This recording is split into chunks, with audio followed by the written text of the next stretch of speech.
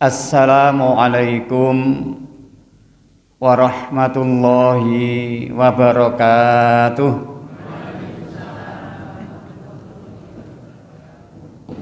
Bismillahirrahmanirrahim.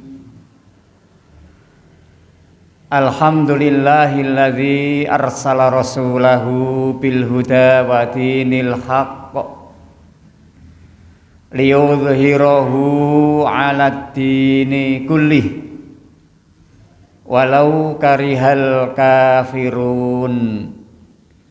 Asyhadu an la ilaha illallah wahdahu la syarikalah, iyyahu na'budu wa iyyahu nasta'inu wa nahnu lahu 'abidun. Wa asyhadu anna Muhammadan abduhu wa rasuluh arsalahu wahu basyiran wa nadhira wa nahnu lahu tabi'un. Allahumma salli wa sallim wa barik ala nabiyyina Muhammadin wa ala alihi wa ashabihi wa man tabi'ahu bi ihsanin ila yaumi yub'atsun. Amma ba'du fa usikum wa iyaya bitaqwallah wa ta'atihi fi sirri wal alan fa ati'ullaha wa ati'ur rasula la'allakum turhamun.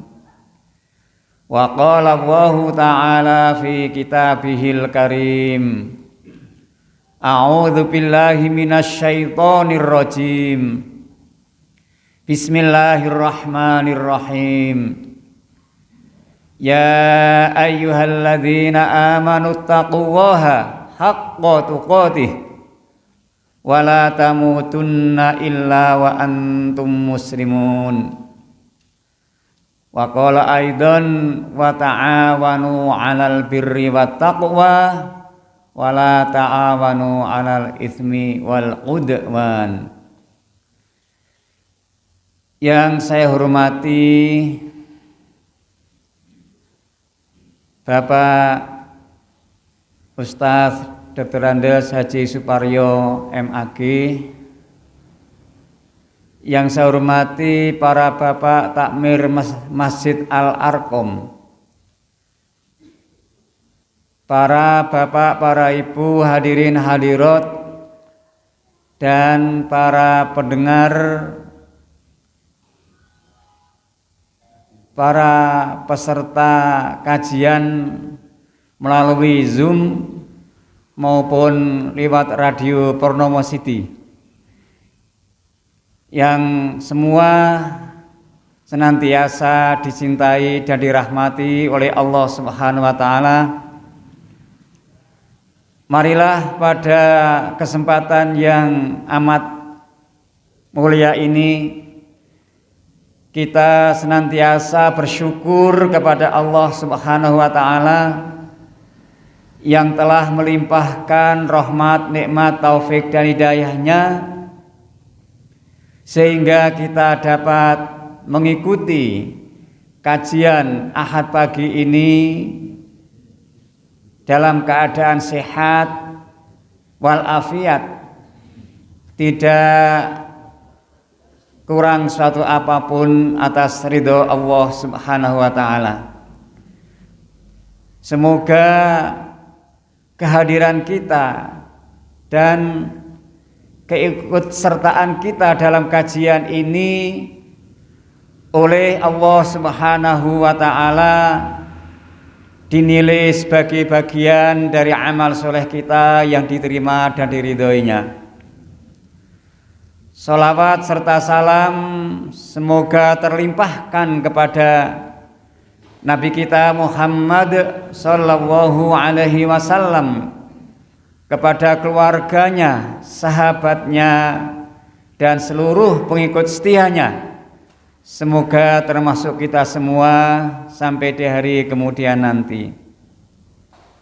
Selanjutnya perkenankanlah saya menyampaikan banyak terima kasih kepada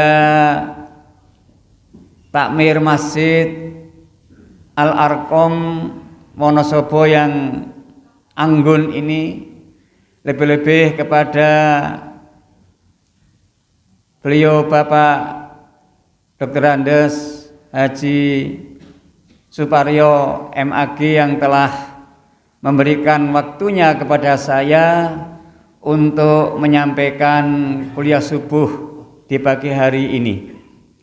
Semoga apa yang akan saya sampaikan bisa kita fahami bersama dan bersama-sama kita amalkan untuk mendapatkan ridho dari Allah Subhanahu wa taala.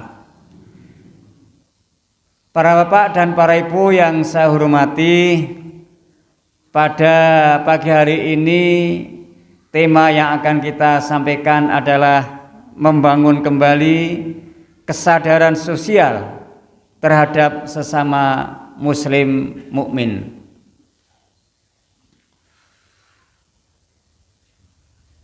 Mengapa ini saya sampaikan?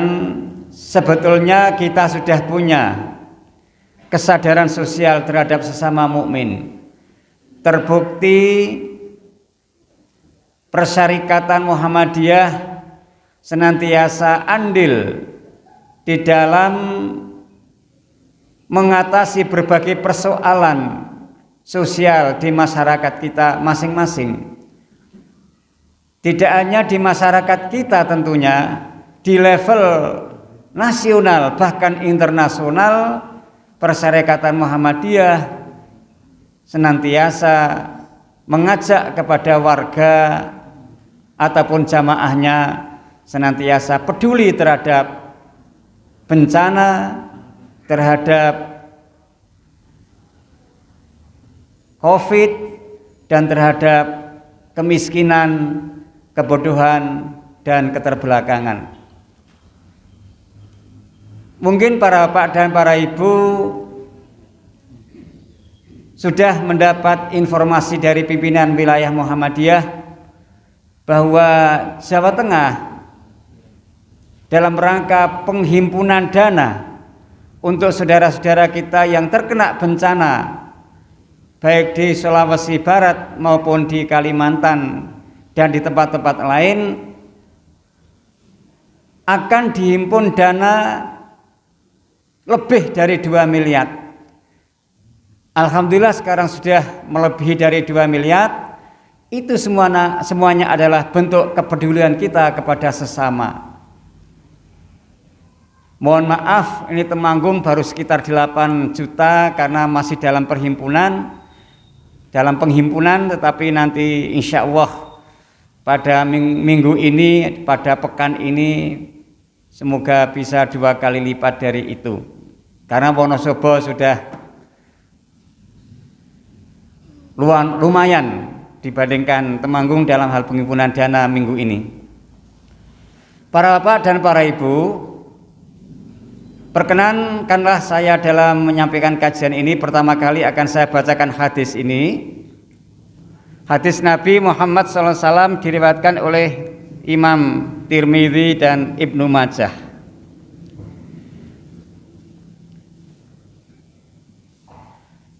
Innamad dunya li arba'ati nafarin. Innamad dunya li arba'ati nafarin. Sesungguhnya dunia itu bagi 4 golongan. Yang pertama, abdin, bacanya abdin tidak abdun, karena itu badal dari arba'ah itu. Ba'du mingkul.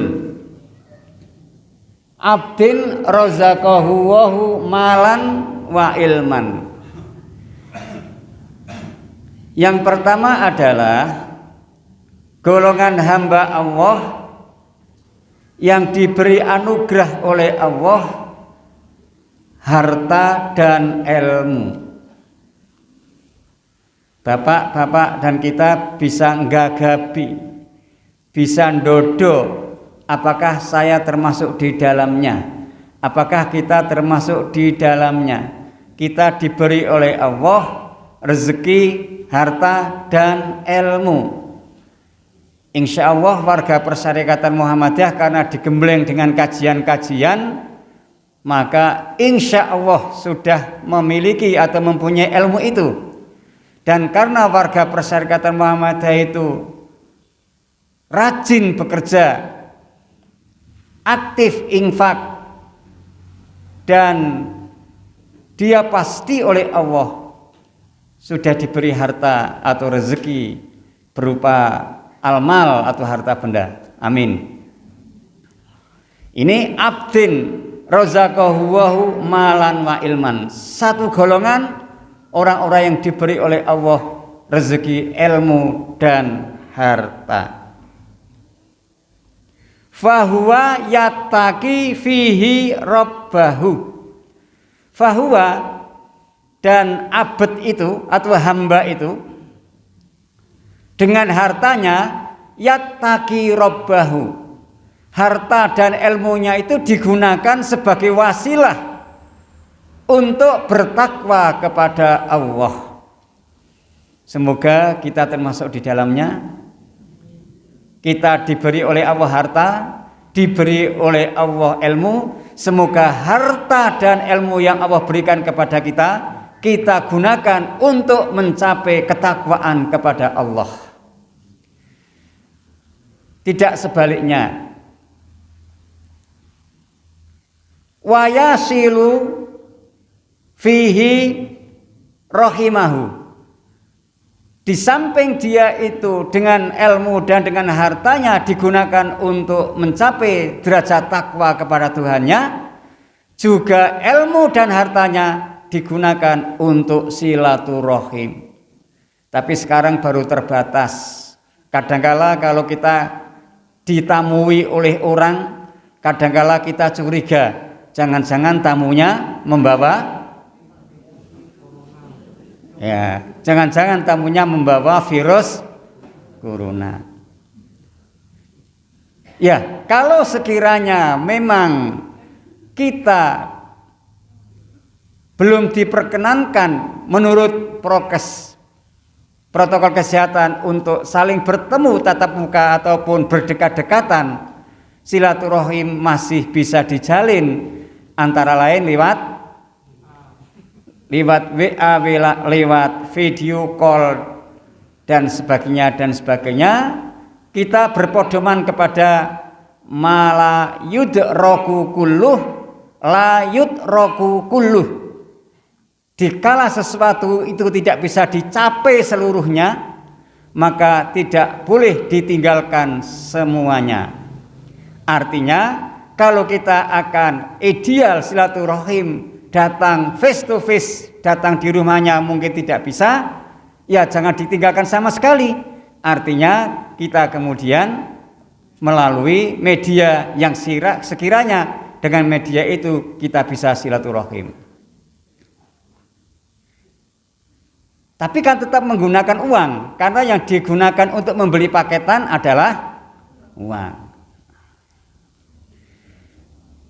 Terus wa ya'lamu lillahi fihi haqqon, dan dia mengetahui, dia mengerti tentang hak-hak Allah.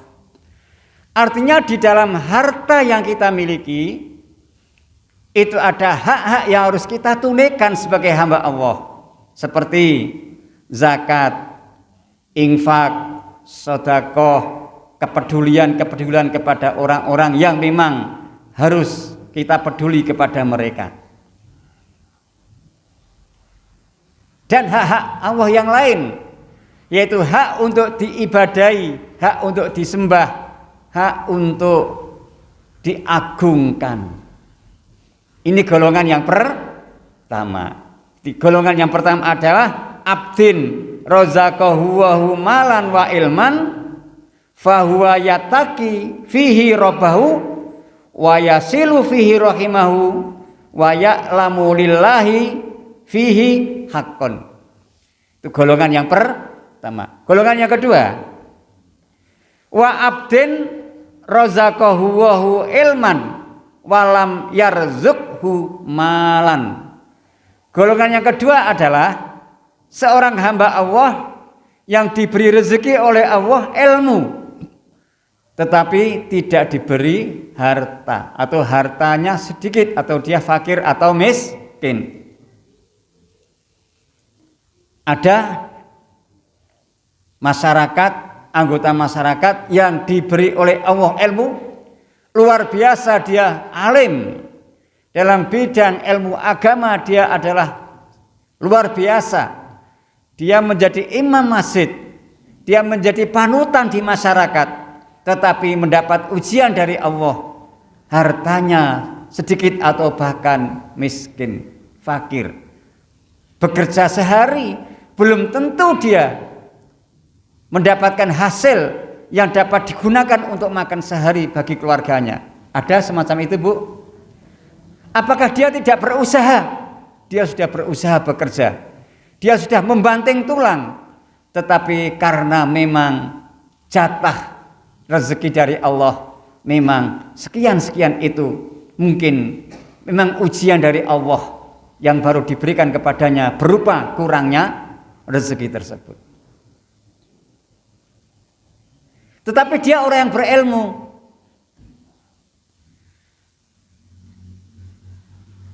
fahuwa shadiqun niyah, tetapi dia memiliki niat yang baik, niatnya jujur.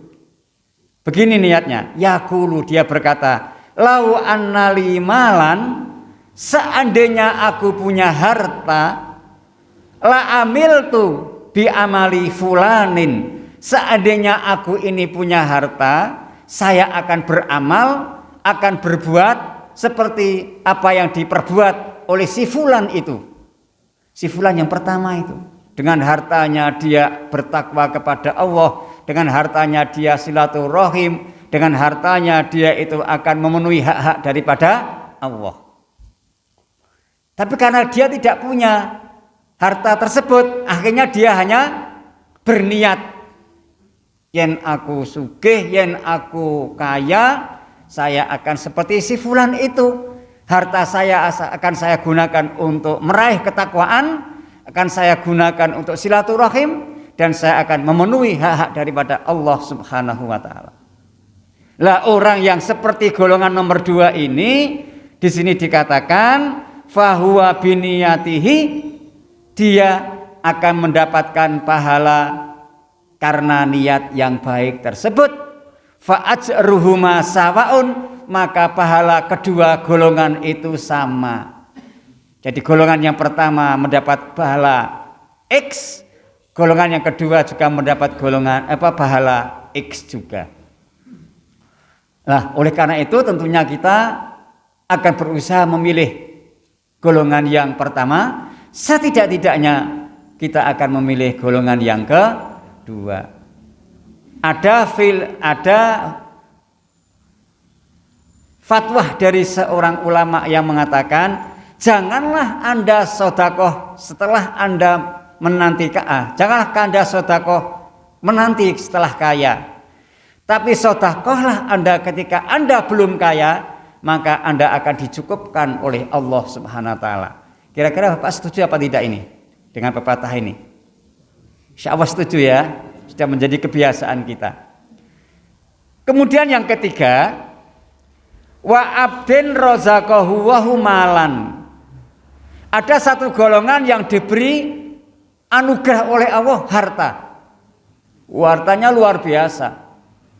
Tetapi walam yarzuqhu ilman, tetapi dia tidak diberi anugerah oleh Allah ilmu. Hartanya luar biasa, luweh paribasane dipangan pitung turunan orang tek. Tetapi dia tidak diberi oleh Allah ilmu. Dalam hal ini adalah ilmu agama yang sebagai penerang dalam jalan kehidupannya. Padahal agama atau ilmu agama itu adalah merupakan pokok dalam segala kehidupan kita ini. Sehingga kita sering berdoa, Allahumma asrih li dinil ladzi huwa ismatu amri. Tapi dia tidak punya itu. Agama tidak punya, ilmu agama tidak punya. Dia diberi harta oleh Allah. Kira-kira penggunaan hartanya bagaimana, Bu? Semaunya sendiri. Dia mengatakan harta-hartaku kok kamu ikut campur tangan. Aku menjadi kaya begini kan usahaku, karena saya pinter manajemen, pinter dalam hal keuangan dan sebagainya.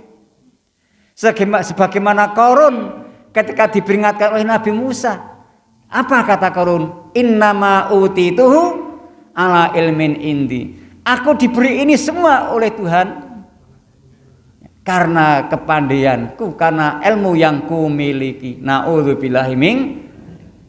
Padahal banyak orang yang pinter, sudah luar biasa bekerja siang malam, bolehlah dikatakan begitu. Belum waktunya kaya juga tidak bisa kaya. Orang itu berpendapat begitu.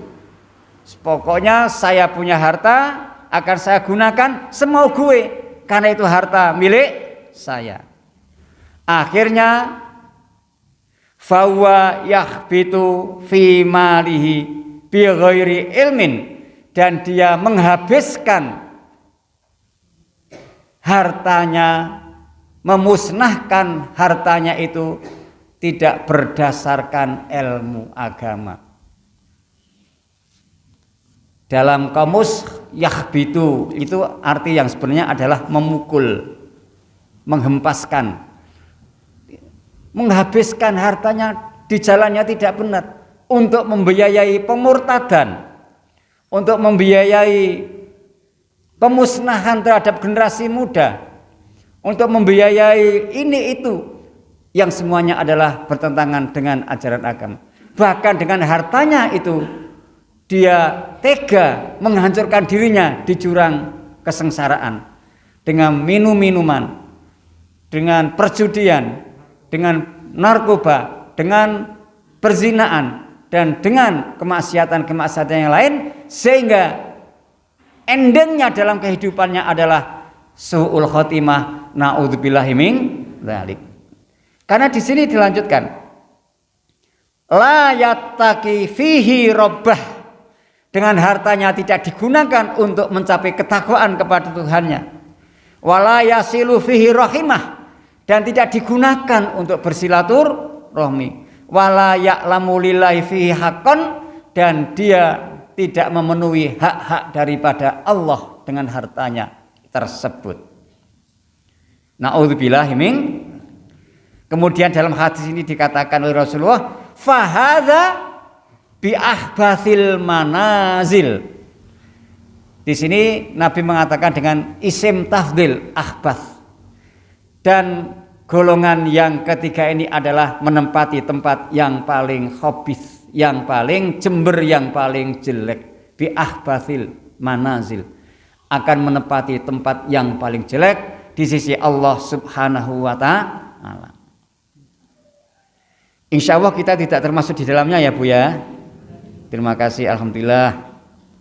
Kemudian yang keempat, wa'addin lam yarzukhu wa humalan wala ilman. Katok ini.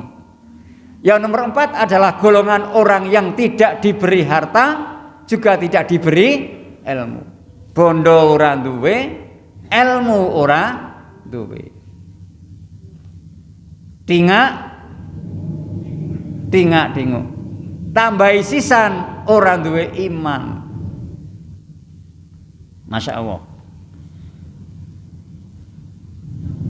Fahuwa yakul, entah demikian dia itu berkata, lau annali malan la amiltu fihi ya'malu bi amali fulanin. Lau annali malan la amiltu fihi bi amali fulanin. Seandainya aku punya harta, aku akan berbuat seperti orang nomor 3 itu. Mungkin bondo-bondaku sakarepku. Ternyata ada juga orang yang tidak punya harta, tidak punya ilmu, dia bercita-cita kalau dia punya harta akan berbuat dengan hartanya semaunya sendiri. Kemudian di sini Nabi mengatakan fahuwa biniyatihi, maka orang itu akan mendapatkan dosa sebagaimana niatnya.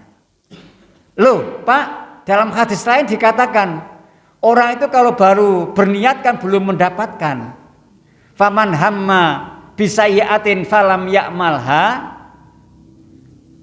Barang siapa yang berniat dan dia belum beramal, berniat dosa, dia akan berniat mengamalkan kejelekan dan dia belum melakukan, itu kan belum mendapat dosa. Berbeda kalau orang berniat kebaikan belum dilakukan karena sesuatu hal dia sudah mendapatkan pahala. Lah ini belum melakukan kok Nabi sudah mengatakan dosanya sama dengan golongan yang kedua. Golongan yang ketiga.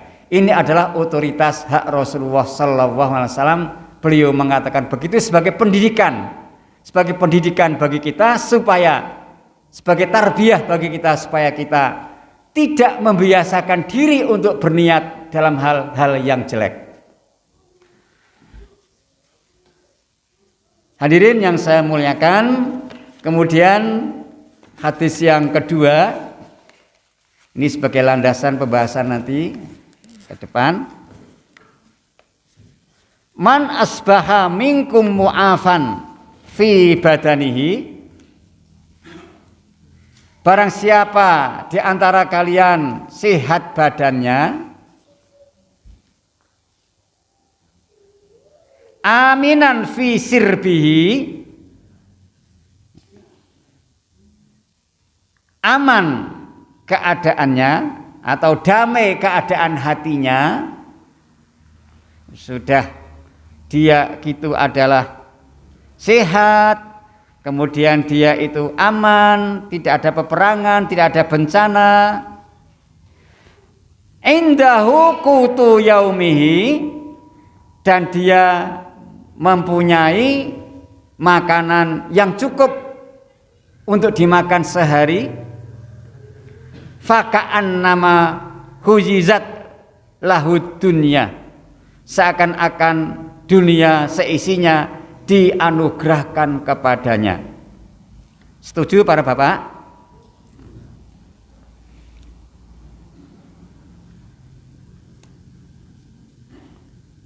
Suatu hari Rasulullah bertanya kepada para sahabat, kaifa antum ya ashabi, bagaimana keadaan kamu wahai para sahabatku? Para sahabat menjawab, nahnu nu'minu billah wa rasulihi wa bi rabbil Ka'bah. Pagi ini kami masih dalam keadaan iman kepada Allah dan utusannya, demi Tuhannya Ka'bah, artinya demi Allah. Para sahabat bersumpah di hadapan Nabi. Dikaitkan dengan hadis ini, orang yang sehari itu masih diberi keimanan oleh Allah, masih iman kepada Rasulullah, hari itu dia diberi kesehatan oleh Allah, diberi aman hatinya dari berbagai macam penyakit hati, kemudian dia diberi rezeki cukup sehari, seakan-akan dunia seisinya diberikan kepadanya. Saya mau bertanya kepada para bapak dan ibu, bapak masih punya iman, ibu masih punya iman, tapi sakit, gimana bu? Kurang enak kan? Iman kita luar biasa. Kita masih diberi makan sehari, bahkan 1 minggu masih cukup. Tapi kita menjadi orang yang senantiasa berpenyakit sakit hati. Melihat tetangga moncer hidupnya, hati kita panas. Ada nggak semacam itu, Bu? Kita senantiasa memandang orang lain rendah. Kita menganggap diri kita adalah paling tinggi. Takabur, jubriyah. larangan yang oleh Ahmad Dahlan disampaikan jangan jubriya. Kan begitu Pak.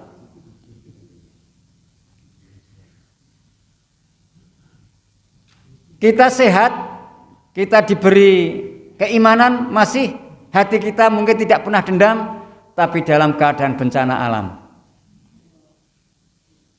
Luar biasa. Kita sekarang baru diberi ujian oleh Allah COVID yang luar biasa. Sudah hampir 10 bulan Allah belum mengizinkan untuk mengangkatnya.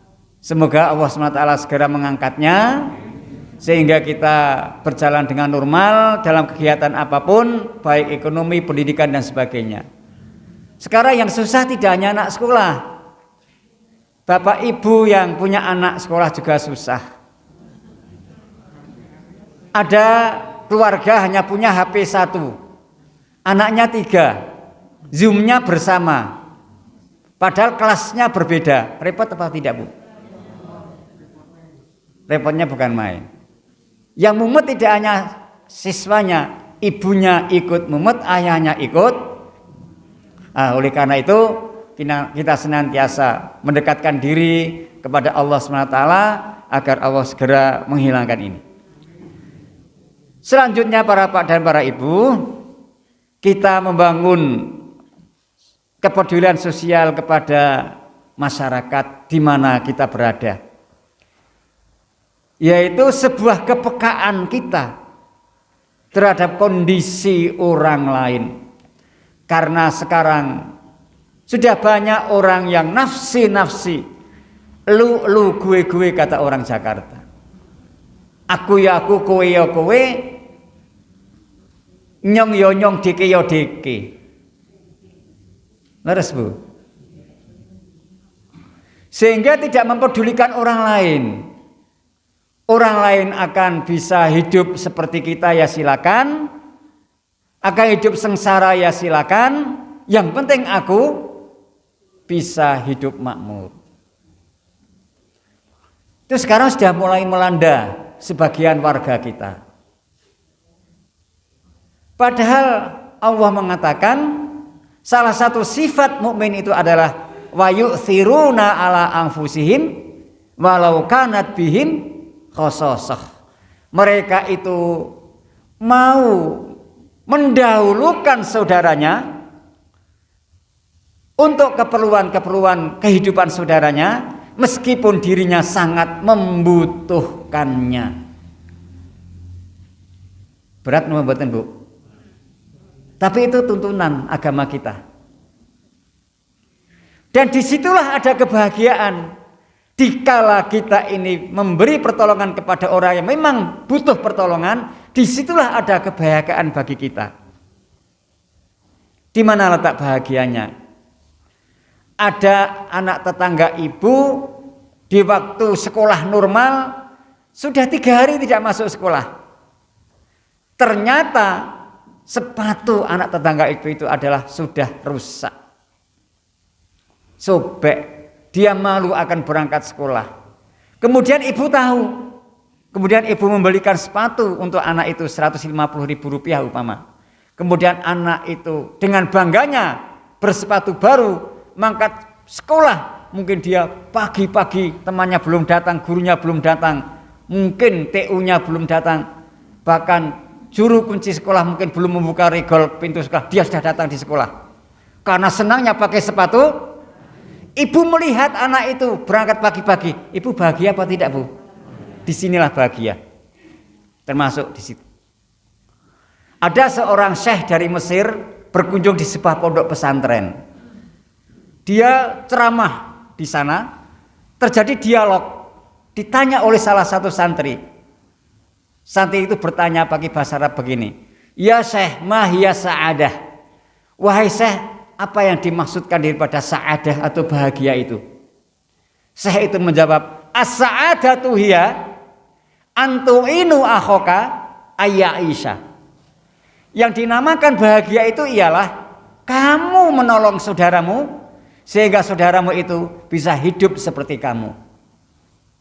Jadi kalau kita bisa menolong saudara kita sehingga saudara kita bisa hidup seperti kita layaknya orang, itu namanya bahagia. Maka saat itu kemudian Kiai Haji Ahmad Dahlan mendirikan dengan Kiai Haji yang lain, Sujak dan sebagainya mendirikan panti asuhan, itu dalam rangka mengasuh anak-anak itu supaya hidup seperti layaknya orang-orang yang lain. Menjadi bahagia. Mungkin orang lain akan menafsirkan bahagia lain lagi. Seperti golongan nomor 3 tadi dan nomor 4. Tapi kita tidak. Selama kita mau dan bisa membantu orang lain, disitulah ada letak kebahagiaan. Oleh karena itu dalam hadis berikutnya dikatakan, idza nadhara ahadukum ila man fuddila alaihi fil mali wal khalqi falyandur ila man huwa asfala minhu.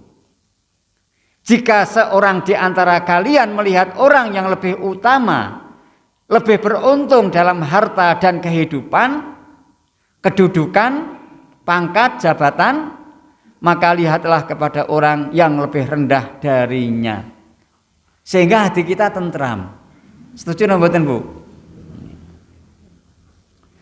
Sebab yang namanya manusia diberi sebanyak apapun mungkin dia akan masih kurang.